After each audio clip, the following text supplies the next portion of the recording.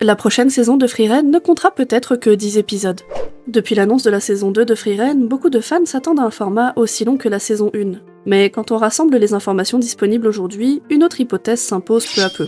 Depuis plusieurs mois déjà, certains comptes X spécialisés dans l'animation, connus pour être souvent fiables sur les formats et les plannings, évoquent une saison 2 plus courte que la précédente. Autre élément très important à prendre en compte, le rythme par rapport au manga.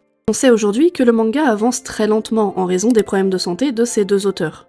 Dans ce contexte, faire une saison plus courte permettrait de ne pas trop réduire l'écart et d'éviter de se retrouver coincé narrativement trop vite. Beaucoup de lecteurs s'accordent aussi sur un point, un arrêt autour du chapitre 104 serait particulièrement cohérent.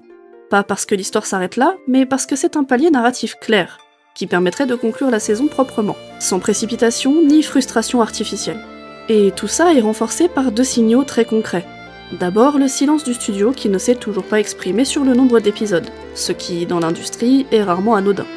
Ensuite, le changement de réalisateur pour cette saison, signe que la production a été repensée différemment par rapport à la saison 1.